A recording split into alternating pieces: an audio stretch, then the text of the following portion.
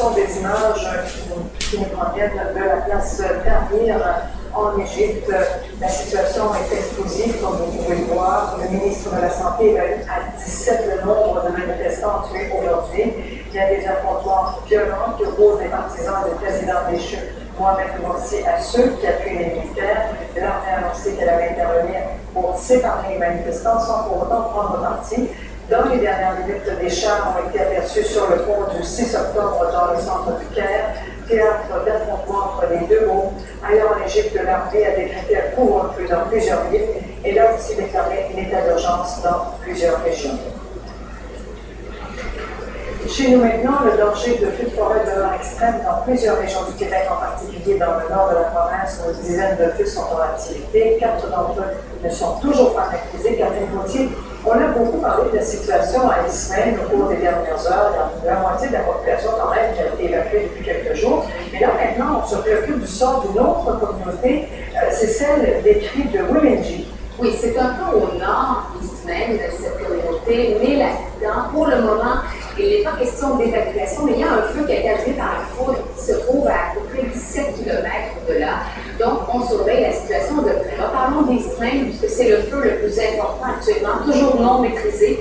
On parle de 350 000 hectares de forêt qui sont touchés. Ça équivaut à 3 fois la superficie du lac Saint-Jean. Bref, 350 personnes ont été évacuées hier. Ils ne sont pas pouvoir retourner chez eux. On ne sait pas quand ils vont pouvoir retourner. Et c'est vraiment d'une part imprévisible et surtout exceptionnelle comme situation.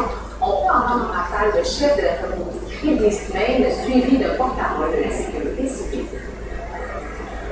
On record, around my community in my area, this is the biggest because it's been dry all since spring. It's been dry and no rain, and also the brush, the fire just runs at its own speed. Ce que je peux vous dire, c'est ce que je vous ai dit tantôt, que je répète, il y a quand même une centaine de travailleurs de la Feu qui sont au village d'Ismaël depuis à peu près 3 ou 4 jours pour sécuriser le village au complet, c'est-à-dire faire un coupe-feu. Alors, pour éviter que le feu, effectivement, vienne sur le village comme tel.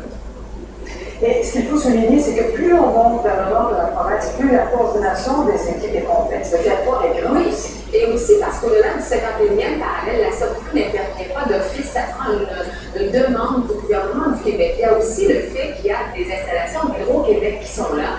Des travailleurs sont sur place pour justement éviter d'une part qu'il y ait fluctuation de courant, comme ça s'est passé au début de la semaine, il y a 2 jours, en fait, ce qui avait posé la panne du métro, mais aussi pour prendre d'autres mesures pour éviter que tout ça soit endommagé. On peut en prendre accès à porte-parole.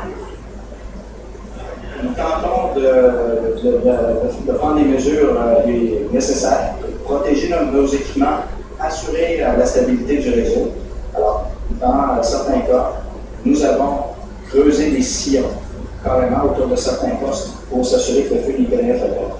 Et dans d'autres, nous avons arrosé certains équipements de mousse ignifuge pour empêcher le feu d'avoir ses effets sur ces équipements stratégiques. Brigitte, la bonne nouvelle, s'il y en a une, c'est qu'on annonce la pluie pour les prochaines heures et que les vents ont tombé, semble-t-il, du moins ont diminué. Mais notre collègue envoyé spécial de Marie Chabot, qui est à Ismaël, va pouvoir vous en parler davantage un petit peu. Très bien, merci beaucoup, Catherine. Au revoir.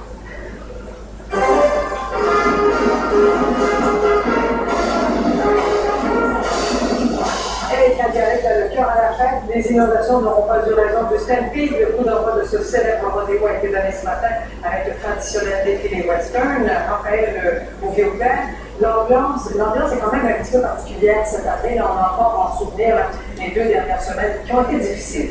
C'est qu'il y a exactement 2 semaines, Brigitte, vous vous souvenez probablement des images qu'on vous montrait à ce moment-là. La ville était sous l'eau, de grandes parties de la ville, y compris le centre-ville, où ce défilé avait lieu aujourd'hui. Donc, il y a une attention particulière qui a été portée aux représentants de la ville de Calgary qui ont défilé devant les curieux aujourd'hui. Le maire a été fortement applaudi, le maire de Calgary sur son cheval. Et puis, les employés municipaux aussi. D'ailleurs, le premier ministre Harper, qui est ici, a souligné, entre autres, via les médias sociaux, le travail des gens de la ville de Calgary, mais aussi des pompiers, des policiers qui ont permis donc de gérer cette crise qui a été littéralement historique pour la région de Calgary, et puis de faire le grand ménage qui a permis aujourd'hui de donner le coup d'envoi à ce 101e Stampede, parce qu'il y a 2 semaines, quand on voyait les sécuritaire de la ville, l'état des infrastructures du système ville, on se posait de sérieuses questions à savoir est-ce que l'événement pourra avoir lieu ou non.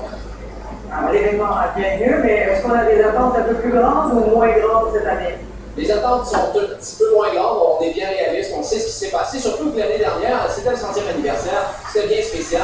Il y a quand même des attentes du côté des commerçants, du côté des organismes de tourisme, parce que ça représente beaucoup d'argent. Le Stade Ville, c'est 100 millions de dollars en 10 jours pour la ville de Calgary. On veut donc que les touristes répondent à l'appel. C'est pourquoi il y a une grande campagne hier de tourisme qui a été lancée, une campagne de publicité à travers le pays. Et il y a des gens qui ne se sont pas découragés malgré ces inondations, qui ont décidé de venir, de se déplacer, par exemple du nord d'Alberta, pour venir ici à Calgary. Certains sont surpris par l'état de la ville qui les accueille.